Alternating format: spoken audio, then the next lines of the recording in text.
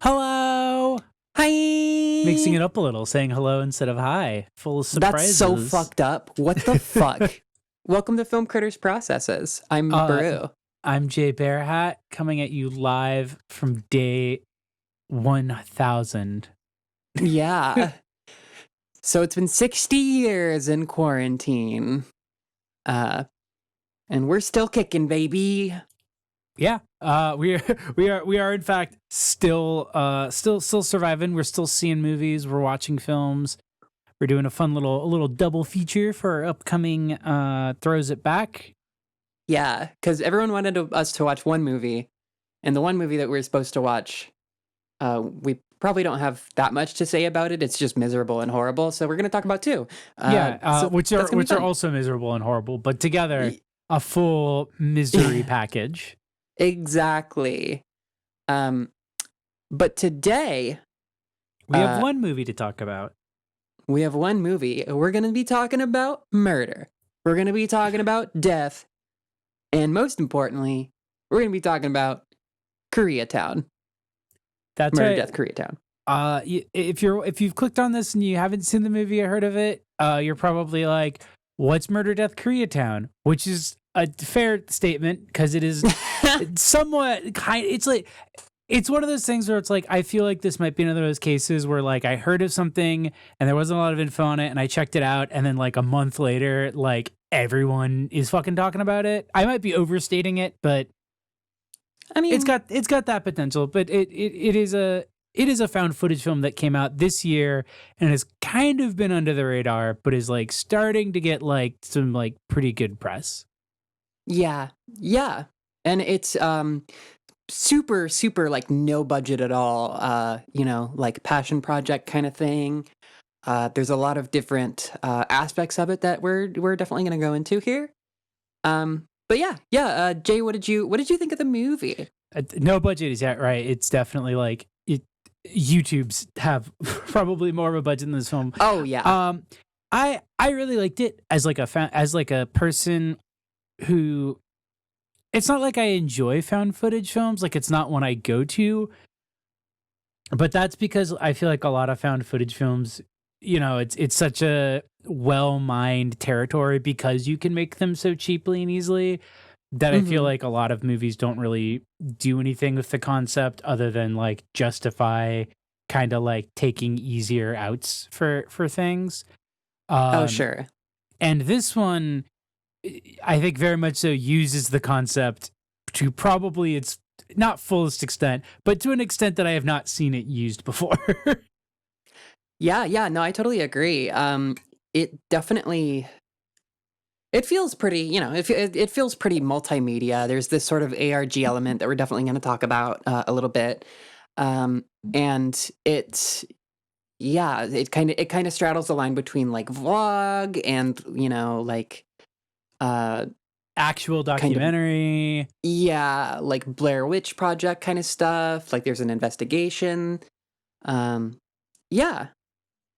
Uh, Uh, so I don't know too much about how this movie was like made. Like, and it's definitely one of those found footage movies where that kind of sort of blurring of like were these actors hired? Are these like on the spot actors? How many of these are like cameos? How many of these people signed off? Uh, Because I think there's definitely like there's two main like actors that I can think of who I think were cast. Maybe like three or four or Yeah, no, five. this is like a thing that like as that is probably one of the more like addictive elements of the film is that when we say there's like not a lot of information on it, we also mean like nobody knows who made this. Right, yeah. Like Yeah, I wasn't able to find the name. there aren't any credits. It is credited to I think it's like Kanon or something like that, or like it's Which is so credited. fucking goofy. Yeah, it's credited to a very goofy, like kind of fake eponymous name of like this is what the movie was registered under at a found footage festival. And beyond that, there's no credits. Nobody knows who the actors, air quotes, in this are. Nobody knows who the director is. Nobody knows who the editors are, who the writers are. The film does end in one of the ways where like it does show its hand is in place of the credits. Like at the end screen, there is an acknowledgement that like, hey, this movie is in fact not real. Do not try to hunt these people down because like they are real people. Because like we are real. Like we do not attempt to try to find us because this isn't a movie where it's like, oh, we have to find out what happened to these guys. If you try to find what happened to the people in this movie, you're just gonna find and harass like us and our friends who made this movie. It's something like it's something where it's like the film is fiction. What isn't fiction is used for documentary and like fair use purposes. But it's very it adds to this. It's kind of like taking the Blair Witch thing where they had missing posters for like the cast and crew, like and updating it to another level where it's like using the fact that like, okay, this is a movie being released in the internet age, so like we can't have like any information about these people because people will find out who they are and like what's real and what's not. Right. But to that effect, there's definitely that's the thing that's been like most addictive. Like not addictive, like most like a thing that I return to a lot is trying to figure out like, is everyone in this movie an actor? Are some of them not actors? Are some of them people that they met and then they were just like after like one or two things they're like, oh, do you want to be on our movie? And they like were like hired on actors as things went on. Yeah. Like there's a lot of stuff where it's like there are specific characters who like when they first show up you feel like they were probably they're just people that like the film crew kind of like got to be in their movie, and then they like have a larger presence in the film that makes you go like, wait, do they know them? Yeah, is this an actor? Is this a friend of theirs? Is this just a guy they got to go along with the movie? Yeah.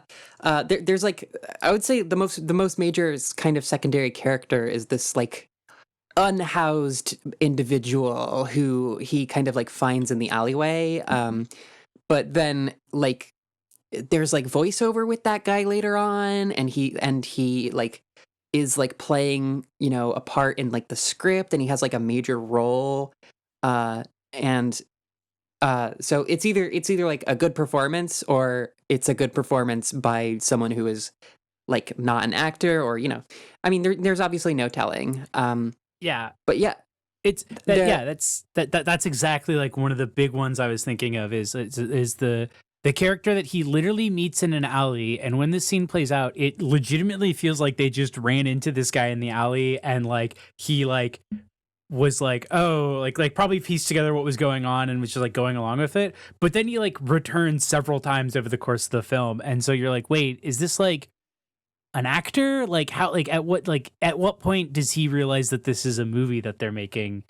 And isn't just like a guy who's just saying shit because like some random dude with a camera ran into him in the alley and asked him, am I supposed to meet you? Which is such a great scene. I love that scene where he just like is walking down a dark alley and this guy just emerges from the shadows, and the guy holding the camera goes, am I supposed to meet you? And he just goes, am I supposed to meet you? He just starts like repeating all of the shit that he's saying really childishly. Just immediately starts fucking with this dude who yeah.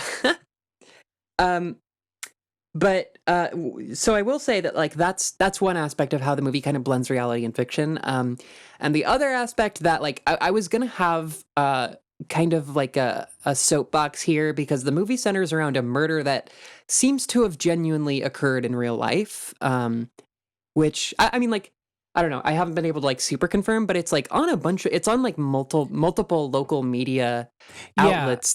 The primary one being this like kind of weird sort of clickbaity like Daily Dot out of the box like news website that people kind of looked over and they were like, I can't tell if this is real. This could be real. This could be like a fake website who's that, just aggregates shit. Who's to say? But it seems to have really occurred.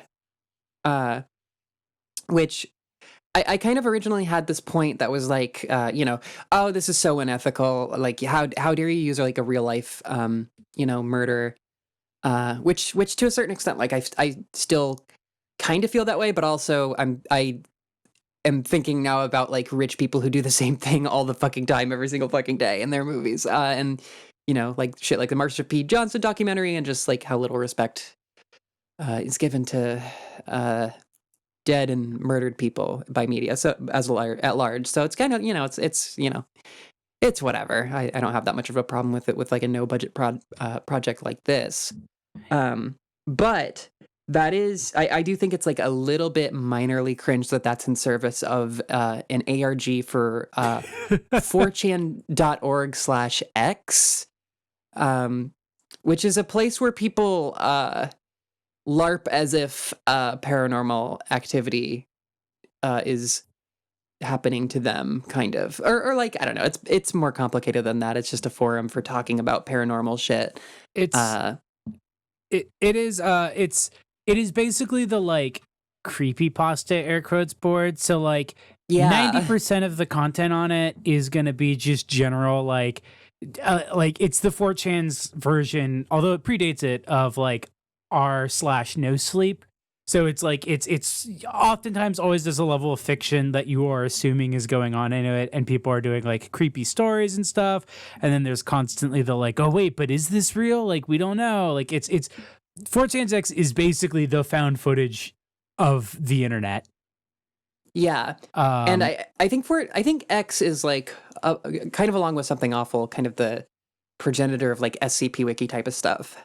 Yes. Yeah, no, it definitely sowed the ground for that. A lot of the like big creepypasta things definitely stem from X, like probably a lot of the original like lost episode stuff. Like it a lot of old internet spooky stuff that laid the groundwork for what we have now can probably be traced to either Something Awful or X. Yeah, absolutely. The other 10% of the site from every time that I've looked at it is like people who actually believe in the paranormal, and with a pretty heavy emphasis on people who are like probably schizophrenic. And that's Right. that's the thing I know, mostly just because like seeing threads of like the creepypasta people and like that other 10% interact, always a nightmare. Yeah, it's a really chaotic board. It's a very chaotic place. And I there's like a tendency to kind of like, I don't know, as with any board and with any like kind of larger social dynamics, there's a tendency to kind of want to up the ante, and double check everything, verify everything, and also like, oh, that's not scary, bro, that's not scary enough. Which I think is part of why this movie sells itself on the back of an actual real life murder, to kind of pass the merit of really, really picky like Chan board users, I guess. Which is actually is what it is. Which is also really funny because I went and read the archived threads related to this movie. And there's this whole like basically extended lore of the universe of the film that I'll get into and do a quick summary of. But there's a part where there's two characters. There's the previously mentioned Kanon, and then there's Kanon fan, and Kanon also goes missing. And then Kanon fan like follows up on them, and then I think also goes missing. But in the thread where Kanon fan goes missing, there's like one of the posts is just like, wow, it's such a cool. It's like, wow, it's really wild that Kanon fan seems to be using the same camera with 3x4 formatting and blown out flash. Yeah, which is like, it's like everyone else is kind of like going along with it to a degree, but it's very, very funny that there's just like one person in it who's like, wow. What a weird coincidence that you're using the same camera as the last guy who disappeared. Yeah, which actually there's like another thread after that where they like learned their lesson and got like a different camera.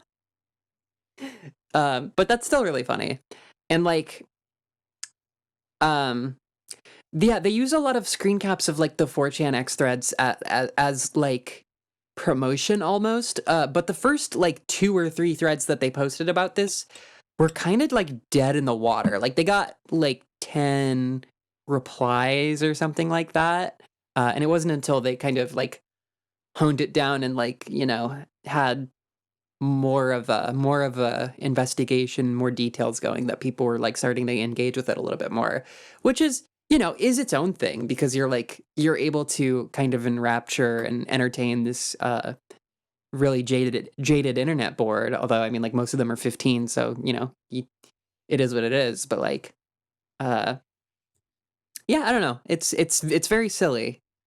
Yeah. So and I think it works because it's like the big problem was like I remember, yeah, like I was reading the first thread and it's like they're trying to oversell it. And it's like, okay, like it, and then when they reel it in and they're like, and this is basically the premise of the film, which is like, this is footage I got from a friend where a murder happened down the street from his house. And there was some things about it that were weird. So he started investigating it and then like slowly like lost his mind, but like maybe something else is like, maybe there is something going on. And so Hmm. in the export, it's like, you know, when he's like posting screen pictures from it, they're just like, what the fuck is this? Like these are nothing. Like these aren't scary photos. Yeah. And then it's like only when they tone it down later and bring it back and they're like, here are some of the things that like here's like more of the actual plot of the film that you don't know is going to be a film yet soon, that they're like, oh, okay, now like now we know why you were like, wow, it's so weird. My friend sent me all this footage. Yeah. Yeah, exactly. Which is to tie it into the other thing too of like the questionable ethics of it. I think when we were talking about it before, it was a thing where it's like it makes me wonder what the development of the film was because it seems like the footage at the somewhat near the start of the film is probably like he probably actually like woke up and there had been like an arrest outside of his house and then he was like wandering down the street and just like recorded like whoa like they're taking bodies out of that apartment. Yeah. Yeah. And it's like the fact that it probably like it's very Los Angeles to see like a crime or like a murder happen and just be like, well, I got it on camera, so I might as well just make the rest of a movie around it. When like I mean like I don't know, crime happens all the time everywhere. Uh so it's kind of like, you know, but like, you know, but I mean, I will say I thought the movie was fun. Yeah. No, I think the movie uses like a somewhat very simple premise, but it does it really Yeah. well. And I think a lot of that comes down to the actor, who's probably also like the director and thus writer to an extent as well, and probably is the actual editor. Um, because there's definitely a level to which like, oh, you just probably are like a depressed, like unemployed nerd, but the way in which they play that kind of like character type, like or that type of like person, like literally just descending into madness because they're so bored with like the lack of like things going on in their life that they just become obsessed with like one thing and that's going to be like their thing. And then that Right. spirals off. Like the way they embody that is like so good. Like even just like the way their language and like methods of communicating with people because they don't start out strong, they're definitely an awkward person, but like the way they just Yeah. like deteriorate until they're just like talking like miles a minute but like the things they're saying aren't really connected to like what people are saying to them. Yeah, yeah. Like he starts out like a little bit standoffish and awkward, but then like, you know, to start from that point and to just be like constantly like uh kind of you know, I hesitate to say gaslit, but like it just kind of shown all of this like weird information and fucked with. It yeah, it paints a really effective portrait. I really thought that like his progression was like really gradual and believable. And the movie definitely takes like a really kind of disaffected like tone for most of it. I will say like I think that the movie becomes extremely David Lynch as it goes along. Yeah. Uh and like especially when he's like talking into the sewer, like uh that was where it like kind of it stopped trying to be like scary in the sense of like Blair Witch being scary, and it's more of like a David Lynch kind of scare where it's just a little bit, it's like really uncanny, and it's like really mocking. um and it played really nicely into the characters like kind of psychology. And yeah, I just thought that was an awesome angle for like a found footage horror. Yeah, and like to that extent, I think that it uses like the found footage thing too really well. Is that kind of at the start of the film, he's very much so like, oh, I don't really want to be on camera.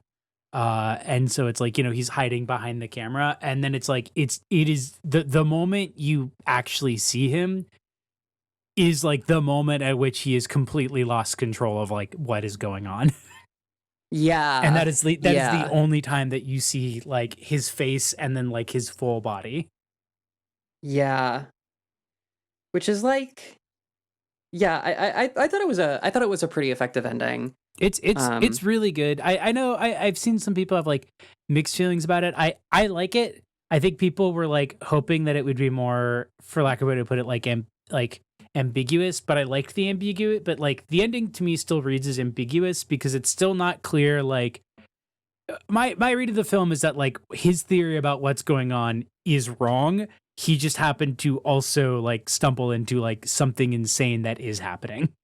the movie is talking about this like idea of the other, and it's kind of like, it's a little bit difficult that it like takes place in such a really really like diverse place, because there's parts of the movie where I thought that it was like playing into these kind of racist tropes a little bit, but then at the same time the kind of content of the movie feels like it's condemning the current, like, basically to be a racist in America in 2020, you have to also be a conspiracy theorist at this point, which is becoming like more and more clear as I doom scroll on Twitter every single day and watch people obsess over the concept of death. And you know uh, so like I feel a little bit weird about how the movie evokes those things in a way that I am probably not qualified to talk about. But um, I also feel that the ending like is highlighting that and is kind of making a purpose of that, or maybe it isn't because the person fucking posted it on 4chan. Who fucking knows?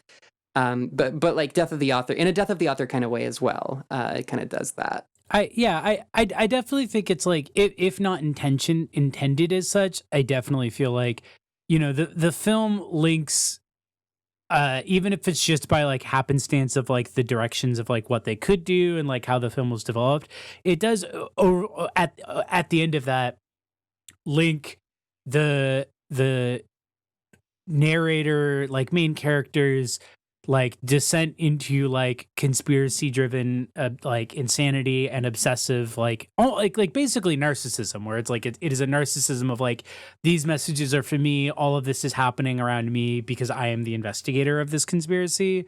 And it links that Hmm. to the ways in which he is othering like Korean people around him and the two shopkeepers near the end of the film as well. Yeah, yeah, absolutely. And also Just like the and even like the like local like homeless population, like it definitely is a way in which like he's kind of othering them, and like his investigation and is his way of like making sense of these people's lives that he is essentially like paranoid about descending into because he's like been unemployed for, I think he said like 6 months in the film. yeah, something like that. And I mean, yeah, the whole thing kind of speaks to the sort of narcissistic like impulse to think of like things that happen as like being things that happen to you. You know. So like that being the case, it like really really starkly frames like how he talks to basically everybody in the movie, because like people in the movie, they're like they're certainly like not nice to him. A lot of characters are frankly mean to him, but um the character doesn't really seem to have any like uh clarity or perspective on the fact that they're not really being mean to him. They're being mean because they're upset because of a thing that he's doing, and there's like a lot of other factors in their life and blah blah blah blah blah. But like, yeah, the movie being about that and playing with that is or at least containing kind of that subtext is like really really interesting and really cool to me. Yeah, no, it's and I think that also ties into like not knowing what parts are real, because like there's definitely some interactions that I'm like, oh, like I feel like you probably did just like ask a random like bus driver this question and the guy just gave you an answer. But then Yeah, it's yeah, like absolutely. there's like one of his neighbors he interviews, then like later is reintegrated into the story, and I'm like, okay, but then was that like was that someone he like knew was going to be in this story? Did he add that in later? Like it's such a weird little film that I really enjoy that element of. But oh yeah, the everything that is happening around him is happening like to him in a way that definitely ties into the theme where it's like the big thing that he's like hooked on with regards to why there must be a conspiracy is because she was arrested in his alley, which means that his alley must be important for some reason. And he's always referring it to it as like as his alley or as like as our alley, even though it's just the alley behind his apartment. I do though, as you had said, like the figuring out if like it did happen. I think it did because I feel like I found like a few articles that suggest it does, but Hmm. he must have like the filmmakers must have been like following it somewhat closely because there's like a lot of like random details that are mentioned in news articles about it that like end up in the film. Like there's the one person he Yeah. interviews who says that the man who was murdered, he's like, oh yeah, like you know, like I mean, I knew him as Andy, and there's like a news article that specifically mentions that like he went by Andy at work. I definitely feel like at least part of the film, like to me, the energy I get is that it seems like kind of like a Katamari of a narrative, and that because like the character he's playing is this conspiracy theorist, I feel like part of their writing was also like, okay, go out, film a bunch of stuff, and then from that, like where do we take the plot like next? Like where do we take this narrative next? What aspects of the case have progressed that would like influence this character? And it makes it like really interesting that the film kind of feels like it's making itself up as it goes along, much like the main character is basically making things up as he goes along. Right, right. Yeah, and I don't know. I kind of liked the ways in which it like there's a lot of like callbacks to things. One of the characters that's like fucking with him, like repeats the phrase that like a completely unrelated character was saying before. So like I yeah, it's an interesting movie because it portrays this like development. I don't know. This is a whole entire genre of movies that exist, and that kind of portray the development of a paranoia, and kind of give away in the narrative that it's like valid or whatever. But I also did like I actually thought that the girlfriend character in particular was like the most believable part as like an anchor of the film, just as someone who like is immediately sick of his shit, Yeah. uh and like realistically like annoyed, and then like getting like more and more upset, uh and kind of worried, and all that shit. um and then she goes missing. That's oh my god. There's the shots that are just like sprinkled throughout the film of like it'll be like seconds long footage of just her is like so good and adds such a like sinister feeling to the film, especially when she goes missing. Because there's Yeah, so many shots that yeah. are just like there's like a shot of him coming home late and like walking through the like door, and then he just like comes across her standing in the doorway like very Ugh. suddenly. It's like such a good spooky shot, but it's obvious that it's just footage that like is kind of spliced in that where it's just like footage of him and his girlfriend like fucking around. I do love the exchange they have right kind of near the climax right before she goes missing where he's talking to her and he's like, I have to get in there, like I have to break into there, and she just goes, please don't go. And he just turns and very quietly holds up a hammer and chisel and goes, I have to go. It's such a fucking I've described this as like if Moriarty, not what's it Colin Moriarty, Connor O'Malley was made into a horror film character, and that is like the most Oh Connor yeah. O'Malley delivery line. It's just like, I have to go. While holding a hammer up on camera. Yeah. While your girlfriend is having a panic attack. Yeah, yeah. You describing this as the Connor O'Malley horror movie, like, is just a one sentence description. Because you're basically like, especially like those old Conor O'Malley videos where he's just like screaming in public at rich people, like it's very much so like that vibe of just like a person who is in public freaking the fuck out, and you're not sure like what is real and what is fake with regards to the people around him. There's definitely some shots where it's like he's shouting stuff in public, and he's definitely doing it in public. Yeah. Yeah. Uh, and I mean, there's like a bunch of like the graffiti and stuff, and there's just like a bunch of incidental, like kind of weird posters and shit like that. Um, I don't know. I thought the setting was really really good. I feel like there's this very it's the movie itself kind of goes insane in a way that feels very very American. Like everyone is really standoffish and doesn't have any time.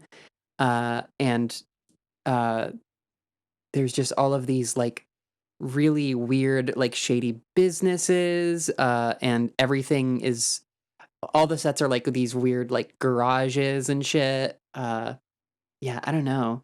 The sort of feel and the like visual kind of palette of the movie was like really effective. There's oh god, I wish I could find it. There was like a review that somebody had written on Letterboxd that put it really well as well, which is that a thing that the film uses really like to its effect is that it taking place in LA works very well because the main character is walking everywhere, and they described it as like LA is not a place to be walked, it's a place to be driven. So when all of the Yeah. film takes place on foot in LA, you realize just how alienating and weird LA is. Yeah, yeah, absolutely.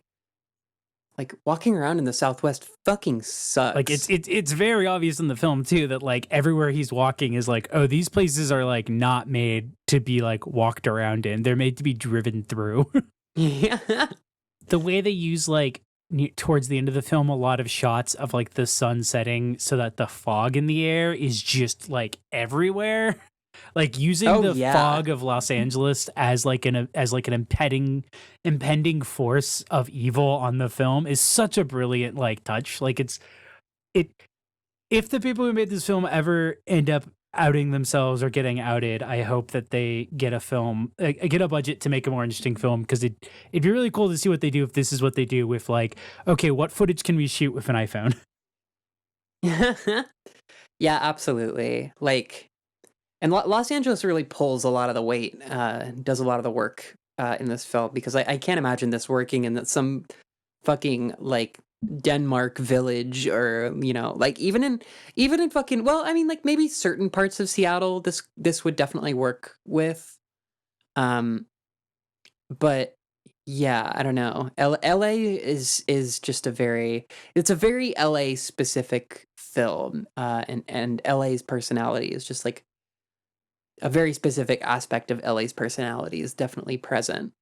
It also has like a really good sense of like it kind of reminds me of a friend of mine who like does photography, where like they just have a really good eye while we're out, where they'll just see something that like looks kind of weird, or like they'll just be like, oh, this like looks interesting from this angle, and they'll get like photos of it.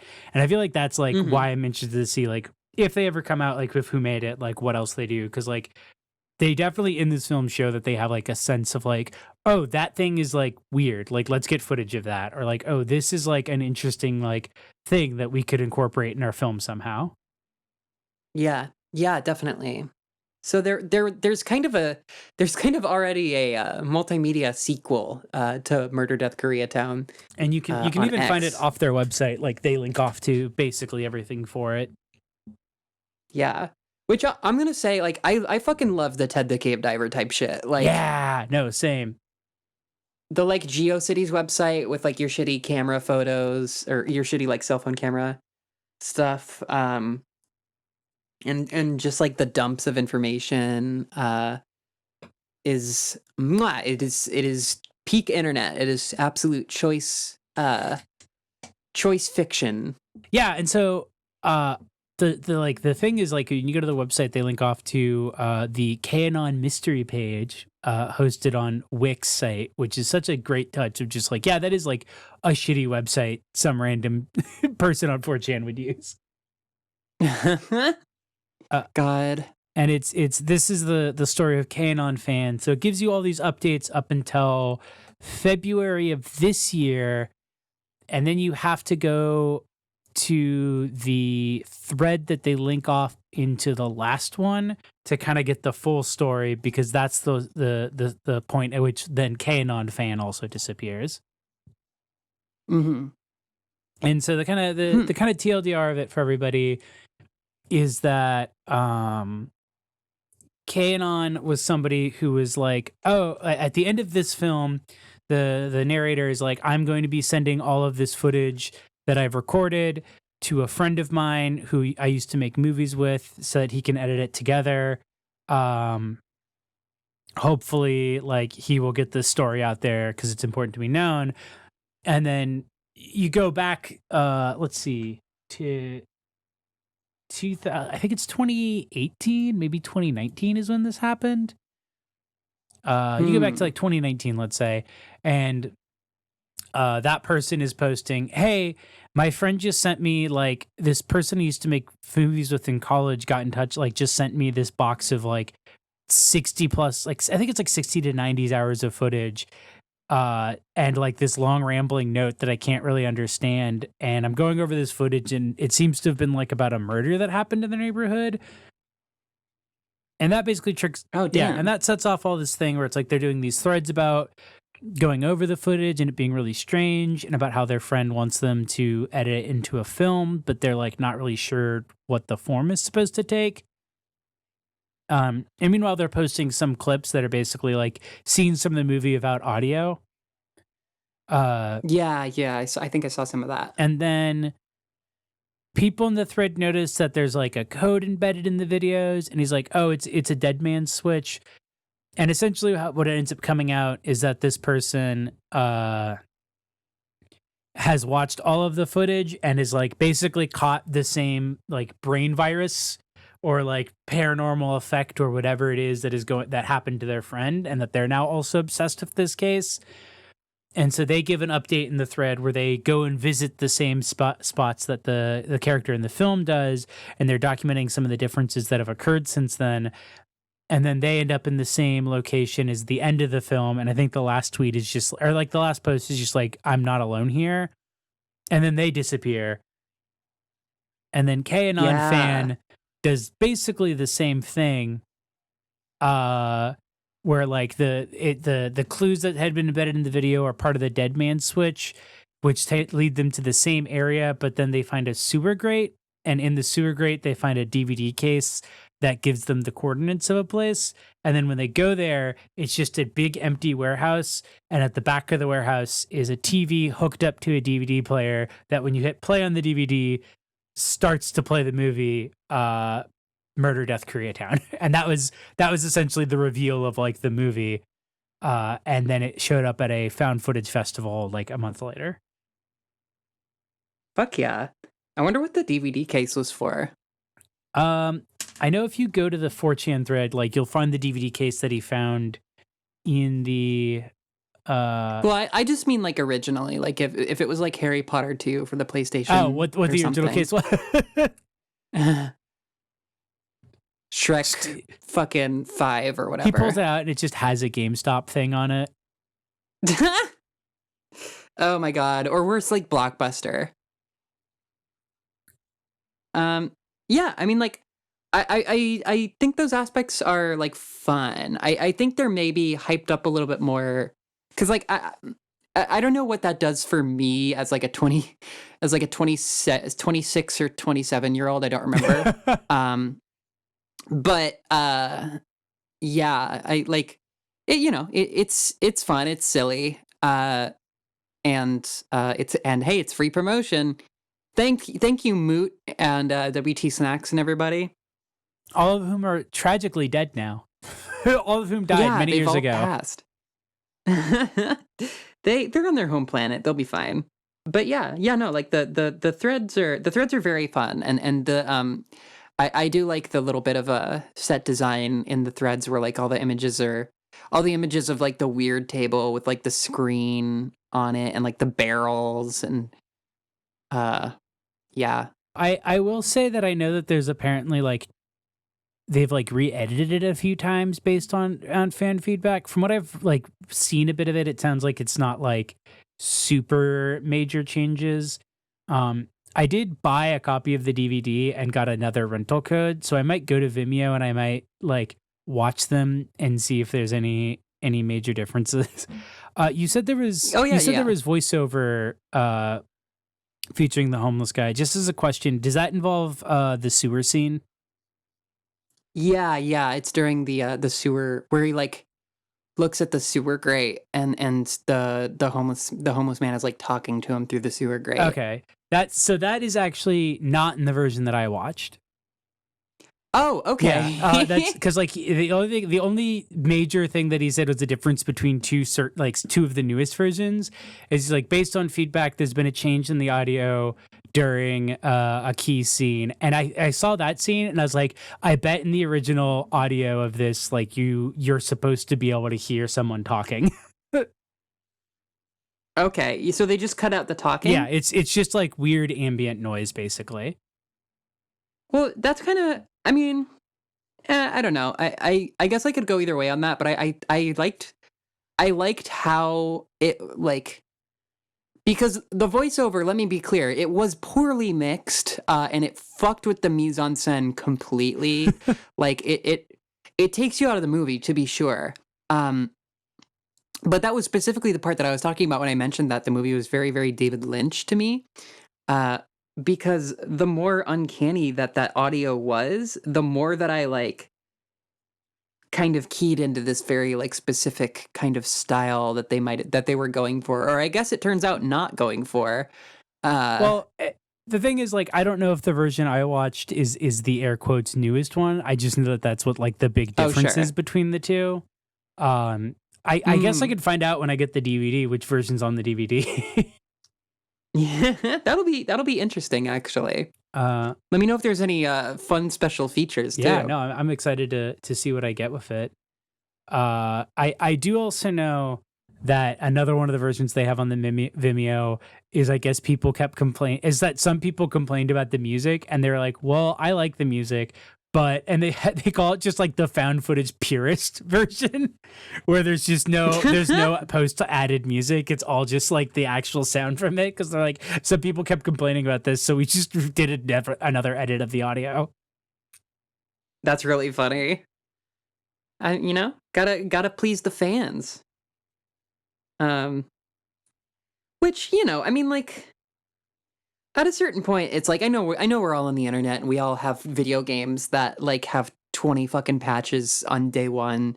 Uh, but I don't know if I don't know if I ascribe to the sort of George Lucasing of movies in that It is way. Maybe very that's interesting, and like the only thing that I'll say that's like that like I'm like, oh, I guess that's fine about it is that like all of those versions are up on Vimeo. Like I think there's four total because there's also one with like English hard coded subs for like some reason. I guess like just because like they didn't like how the Vimeo subtitles like looked, but mm, because they're all there. I'm assuming it's sort of like, like, oh, these are like minor enough changes that we can do that. And I'm assuming that whatever the DVD one is the sort of like director's intent one. sure, yeah. It's fun to have the diet version of the film available out there. If you're too weak to handle music in your found footage film, even though canonically within the language of the film, there is an editor post the film. That is true, and I didn't think that the music was actually that. I kind of thought the music was good. Like I didn't think it No, the music interfered I too like the much. music. It's very incidental in it, but like it works. It also sounds like the kind of music you would hear in like local Los Angeles scenes. Oh yeah, for sure. Yeah, no, if you like horror or found footage films, I definitely would encourage it. I think the rental price was like $2 too. It might be more now that like that might have been a sale. But even then, it's probably not that much to rent it. Yeah. Yeah, it's pretty cheap. It's pretty easy to come by. Yeah. What would you rather have spent your $2 on? I guess like maybe the shipping for the DVDs, since I got a Vimeo rental code anyway, but I had no idea if I would like the film. Right, yeah. Yeah. I mean, yeah. It's a weird sort of no budget found footage thing. It could kind of go either way. Yeah. Some of these things are real stinkers. What I would say I am glad I didn't spend it on is so like yesterday when I went grocery shopping, I've been doing this thing where like I buy like clearance meat and then like put it in the freezer to use for later. But they had these like burgers that have like blue cheese and black pepper in them, and I'd gotten them before and they were really tasty. And then after like, you know, the sale and clearance, it's like $2 for 4. So it's like a really good deal. Anyway, I ate one of them and that meat was not good. It was not good anymore. Oh boy. So I guess I wished I would rather have spent my money on this movie again instead of that. Yeah. Yeah. Yeah. Well, I would have rather spent my $2, two streaming buckaroos on maybe a rental of Blair Witch 2, which I haven't actually watched yet. Oh my God. I will find a way for you to watch that because it is incredible. It is a movie. I have to consult the Book of Shadows.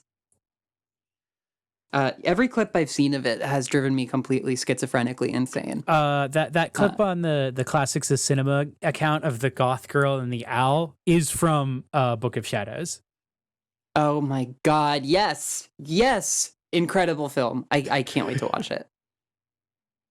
And I would not rather have spent my $2 on getting schizophrenia. Yeah, it's taking the pill that gives you schizophrenia.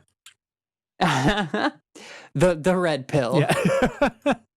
I'm glad I didn't spend the $2 on renting Zeitgeist and breaking my brain. You take the blue pill and you go back to your regular life. You take the red pill and your family members block you on Facebook. Yeah. Hey, I think that'll about do it. That about closes the book on the case of fucking Jimmy or whatever the murder victim's name was. I don't remember. I'm very respectful. Yeah, fun movie.